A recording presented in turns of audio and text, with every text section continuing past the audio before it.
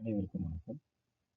நம்ம இந்த வீடியோவில் இன்கம் டேக்ஸ் சப்ஜெக்டில் இருக்கக்கூடிய மிக முக்கியமான டாப்பிக்கான set off and carry forward of losses அதை பற்றி தான் பார்க்க போகிறோம்.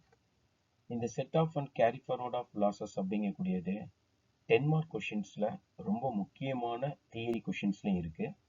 அண்ட் சம் கேட்டாலும் இந்த set off and carry forward of லாசஸில் நம்ம சம் போடணும்னா இந்த ரூல்ஸ் அண்ட் ரெகுலேஷன்ஸ் தெரிஞ்சால் மட்டும்தான் சம்மை போட முடியும்.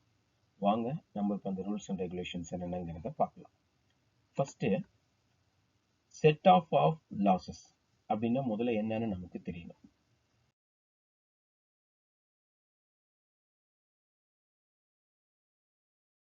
அதாவது adjusting a loss against income. நமக்கு பல ஹெட்டிங்ஸ்ல நமக்கு இன்கம் வரும். Income from salary, income from house property, income from capital gain, income from business or profession, income from other சோர்சஸ்ன்னு நமக்கு எந்த ஹெட்டிங்ல இன்கம் வந்தாலும் இந்த 5 ஹெட்டிங்ல தான் போட சொல்லி இன்கம் டேக்ஸ்ல நமக்கு ரூல் கொடுத்துருக்காங்க. ஸோ இந்த 5 ஹெட்டிங்குள்ளார நமக்கு வரக்கூடிய வருமானங்கள்ல ஒவ்வொருத்தருக்கும் எல்லா 5 ஹெட்டிங்லுமே வருமானம் வரணுங்கிற அவசியம் கிடையாது. ஒரு சிலர் சேலரி வச்சிருப்பாங்க, அவங்களுக்கு சேலரி மாசம் மாசம் கிடைக்க போகுது. பிஸ்னஸ் ஏதோ சைடில் பண்ணிட்டு இருப்பாங்க, அதுல இன்கம் வரலாம், லாஸ் வரலாம். அதே மாதிரி அவங்க ப்ராப்பர்ட்டியை சேல் பண்ணுவாங்க, அப்படி சேல் பண்ணாங்கன்னா அது கேபிட்டல் கெயினுக்கு போகும். இதெல்லாம் இல்லாம அவங்களுக்கு கேஷுவலா லாட்ரியில பிரைஸ் வருது அப்படின்னா அது எல்லாமே உங்களுக்கு லாட்ரி இன்கம்ல வரும். அது இன்கம் ஃப்ரம் அதர் சோர்சஸ்ல வரும். இந்த மாதிரி 5 ஹெட்டிங்லயுமே ஒரு வருஷத்துல ஒருத்தருக்கு இன்கம் வரணுங்கிற கட்டாயம் கிடையாது, மாறி மாறி வரலாம். ஸோ ஒருத்தருக்கு ஒரு ஹெட்டிங்ல இன்கம் வருது அப்படின்னா இன்னொரு ஹெட்டிங்ல லாஸ் கூட வரலாம். ஸோ அந்த மாதிரி நமக்கு ஏற்படக்கூடிய லாஸை எப்படி அட்ஜஸ்ட் பண்றது அப்படிங்கிறது தான் செட் ஆஃப் லாசஸ். ஒரு உதாரணத்துக்கு சொல்லணும்னா இங்க உங்களுக்கு ஸ்கிரீன்ல தெரியுது பாருங்க.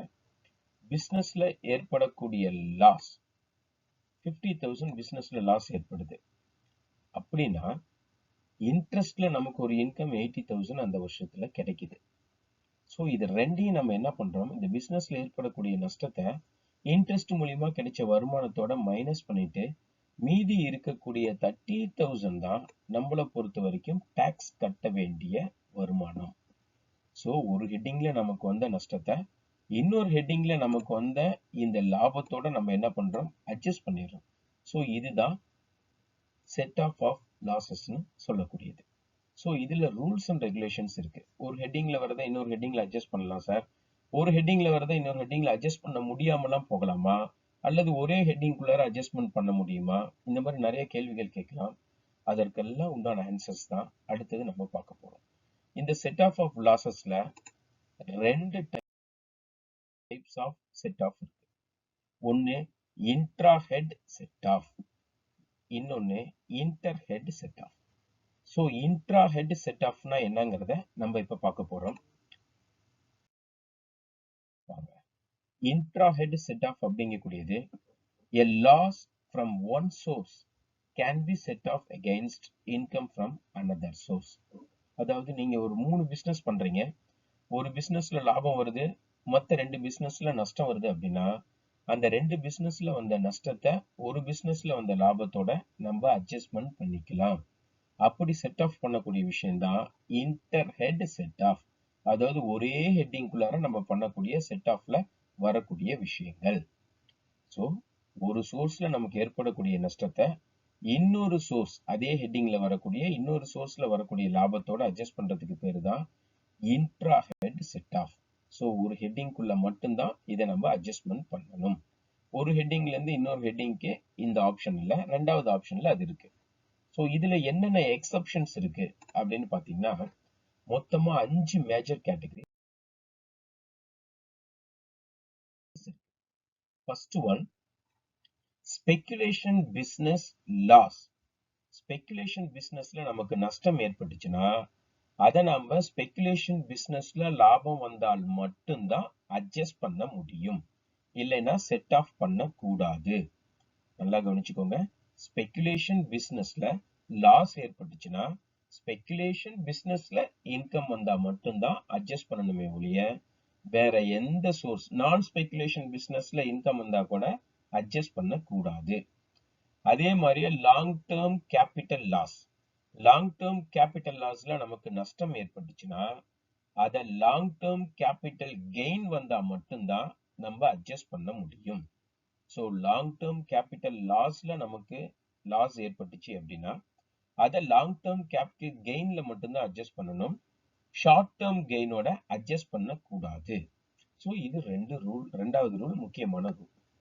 முதல் ரூல் ஸ்பெகுலேஷன் பிசினஸ்ல ஏற்படுற லாஸை ஸ்பெகுலேஷன் இன்கம்ல மட்டும்தான் அட்ஜஸ்ட் பண்ணணும்.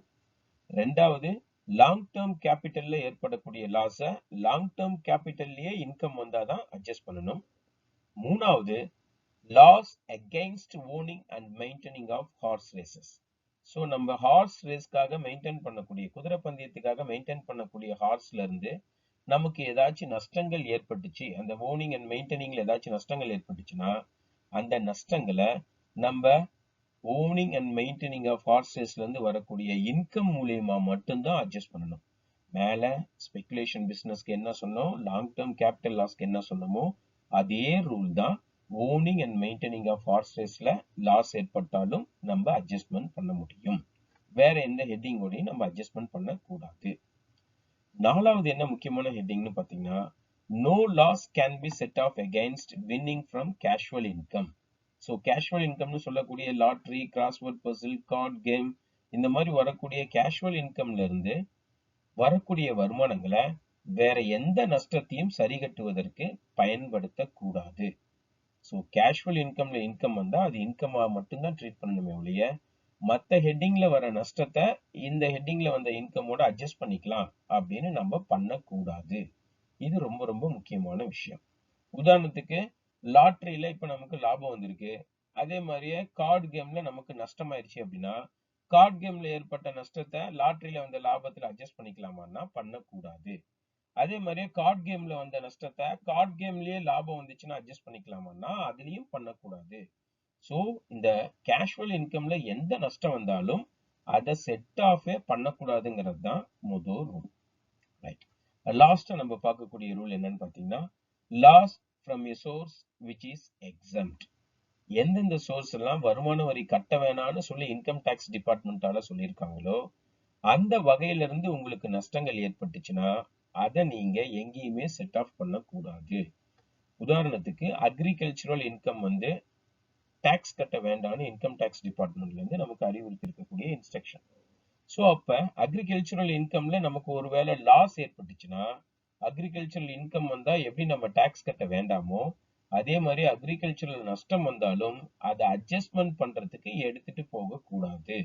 ஸோ எந்தெந்த இன்கம்லாம் இன்கம் டாக்ஸ் டிபார்ட்மெண்டால டாக்ஸ் கட்ட வேண்டாம்னு சொல்லியிருக்காங்களோ அந்த வருமானங்கள் வழிகள்ல நஷ்டங்கள் ஏற்பட்டா அதை நாம செட் ஆஃப் பண்றதுக்கு பயன்படுத்தக்கூடாது. இதுதான் இன்ட்ரா ஹெட், அதாவது ஒரே ஹெட்டிங்குள்ளார ஏற்படுற நஷ்டத்தை அட்ஜஸ்ட்மெண்ட் பண்றதுல இந்த விதிவிலக்குகளை நம்ம ஃபாலோ பண்ணணும். இந்த எக்ஸெப்ஷன் ரூல்ஸை ஃபாலோ பண்ணி தான் நம்ம அட்ஜஸ்ட்மெண்ட் பண்ணணும். ஸோ அடுத்ததா நம்ம பார்க்கக்கூடியது inter head set off. So inter head set off அப்படின்னா என்னன்னு பாத்தீங்கன்னா, ஒரு ஹெட்டிங்ல ஏற்படக்கூடிய நஷ்டத்தை இன்னொரு ஹெட்டிங்ல ஏற்படக்கூடிய இன்கமோட அட்ஜஸ்ட் பண்றது. உதாரணத்துக்கு பிசினஸ்ல ஏற்பட்ட நஷ்டத்தை கேபிட்டல் கெயின்ல ஏற்படுற லாபத்தோட அட்ஜஸ்ட்மெண்ட் பண்ணிக்கலாம். கேபிட்டல் கெயின்ல ஏற்படுற நஷ்டத்தை பிசினஸ்ல ஏற்படுற இன்கமோட அட்ஜஸ்ட்மெண்ட் பண்ணலாம். இந்த மாதிரி ஒரு ஹெட்டிங்க இன்னொரு ஹெட்டிங்கோட அட்ஜஸ்ட்மெண்ட் பண்றதுக்கு ஃபர்ஸ்ட் நம்ம பார்த்தது இன்ட்ரா ஹெட் அப்படின்னா ஒரு ஹெட்டிங்ல ஏற்படக்கூடிய நஷ்டத்தை அதே ஹெட்டிங்லயே அட்ஜஸ்ட்மெண்ட் பண்ணக்கூடியது. இங்க ஒரு ஹெட்டிங்ல ஏற்படக்கூடிய நஷ்டத்தை இன்னொரு ஹெட்டிங்ல ஏற்படக்கூடிய லாபத்தோட அட்ஜஸ்ட்மெண்ட் பண்ணக்கூடியது. அதுதான் inter head set off. So இதுக்கும் எக்ஸெப்ஷன் ரூல்ஸ் எல்லாம் இருக்கு, அது என்னங்கிறதையும் பார்க்கலாம்.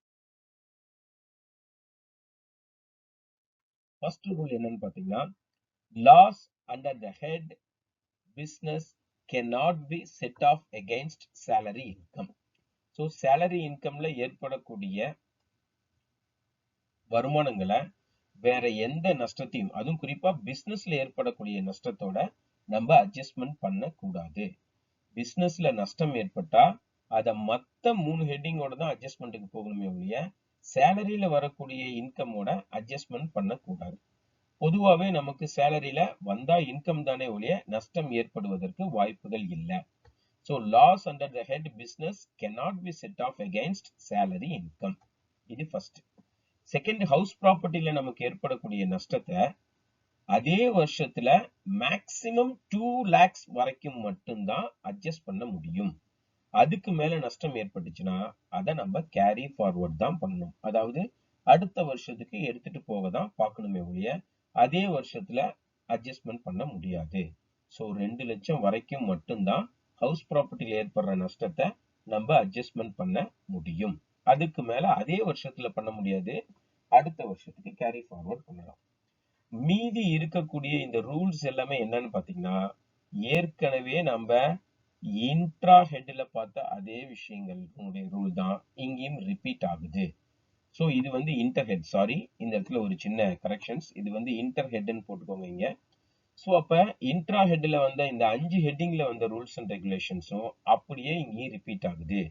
அதாவது ஸ்பெகுலேஷன் பிசினஸ் லாஸ் ஸ்பெகுலேஷன்ல மட்டும்தான், long term capital loss long term கெயின்ல மட்டும்தான், loss against owning and maintaining of ஹார்ஸஸையும் loss against income against owning and maintaining of ஹார்ஸஸ்ல மட்டும்தான். அப்புறம் கேஷுவல் இன்கமோட எந்த லாஸையும் நம்ம அட்ஜஸ்ட் பண்ண முடியாது. எது இதெல்லாம் எக்ஸம்ப்ட்னு சொல்லியிருக்கோமோ அதுக்கெல்லாம் நம்ம கட்ட வேண்டியது இல்லை. இந்த ரூல் வந்து காமன் டு ஆல். அடுத்தது நம்ம பார்க்கக்கூடியது கேரி ஃபார்வர்ட் ஆஃப் லாசஸ்ல வரக்கூடிய ஆப்ஷன்ஸ். இந்த கேரி ஃபார்வர்ட் ஆஃப் லாசஸ்ல பாத்தீங்க அப்படின்னா ஒரு வருஷத்துல ஏற்படக்கூடிய நஷ்டத்தை அடுத்து எத்தனை வருஷம் வரைக்கும் நம்ம எடுத்துட்டு போலான்னு பாத்தீங்கன்னா ஹவுஸ் ப்ராப்பர்ட்டி லாஸா இருந்தா 8 இயர்ஸ் வரைக்கும், நான் ஸ்பெகுலேஷன் பிசினஸ் லாஸா இருந்தா 8 இயர்ஸ் வரைக்கும், ஸ்பெகுலேஷன் பிசினஸ் லாஸ் 4 இயர்ஸ் வரைக்கும், short term capital loss 8 years, long term capital loss 8 years, unabsorbed depreciation இருந்தா அது எத்தனை வருஷத்துக்கு வேணாலும் எடுத்துட்டு போகலாம், லிமிட் கிடையாது. அதே மாதிரி நீங்க கேரி ஃபார்வர்ட் பண்ணக்கூடிய விஷயங்கள் எல்லாமே அதே ஹெட்டிங்கோட மட்டும்தான் அட்ஜஸ்ட் பண்ணணும். ஸோ ஹவுஸ் ப்ராப்பர்ட்டி லாஸ் ஏற்பட்டுச்சுன்னா அந்த வருஷத்துல வேற ஹெட்டிங்கோட அட்ஜஸ்ட் பண்ணியிருப்போம். ஆனா கேரி ஃபார்வர்ட் பண்ணிட்டோம்னா அடுத்த வருஷத்துக்கு ஹவுஸ் ப்ராப்பர்ட்டி இன்கம் வந்தா மட்டும்தான் அட்ஜஸ்ட் பண்ணணும். அதே மாதிரியே தான் எல்லா ஹெட்டிங்லயுமே அந்த ஹெட்டிங்குள்ள வரதை மட்டும்தான் நம்ம அட்ஜஸ்ட்மெண்ட் பண்ணணும். தென் லாஸ்டா உங்களுக்கு order of set off. So set off carry forward பண்ணிட்டோங்க சார், அது என்ன ஆர்டர்ல ஃபாலோ பண்றதுன்னா கரண்ட் இயர் டெப்ரிசியேஷன் இருந்தா முதல்ல அதை செட் ஆஃப் பண்ணணும். அப்புறம் கரண்ட் இயர்னுடைய நஷ்டங்கள் ஏதாச்சும் இருந்ததுன்னா அதை செட் ஆஃப் பண்ணணும். அதுக்கப்புறம் போன வருஷத்தினுடைய நஷ்டங்கள் இந்த வருஷம் பிராட் ஃபார்வர்ட் பண்ணியிருந்தா கொண்டு வந்திருந்தா அந்த நஷ்டத்தை நம்ம அட்ஜஸ்ட்மெண்ட் பண்ணணும். அதுக்கப்புறம் அன்அப்சர்வ் டெப்ரிசியேஷனை அட்ஜஸ்ட்மெண்ட் பண்ணணும். இந்த ஆர்டர்ல தான் நம்ம செட் ஆஃப் பண்ணணுமே ஒழிய முதல்ல எடுத்தவொடனே லாஸை பண்ணிட்டு அதுக்கப்புறம் டெப்ரிசியேஷன் பண்றதுக்கு போகக்கூடாது. So current year depreciation, current year loss, அதுக்கப்புறம் பிராட் ஃபார்வர்ட் லாஸ், அதுக்கப்புறம் தான் அன்அப்சர்வ் டெப்ரிசியேஷன். இந்த ஆர்டர்ல தான் நம்ம அட்ஜஸ்ட் பண்ணணும். ஸோ இது வரைக்கும் உங்களுக்கு நான் சொன்னது புரிஞ்சிருக்குன்னு நினைக்கிறேன். உங்களுக்கு ஏதாச்சும் சந்தேகம் இருந்தால் நீங்க எப்ப வேணாலும் என்னுடைய கான்டாக்ட் நம்பரை கால் பண்ணி கேட்கலாம். Thank you for listening.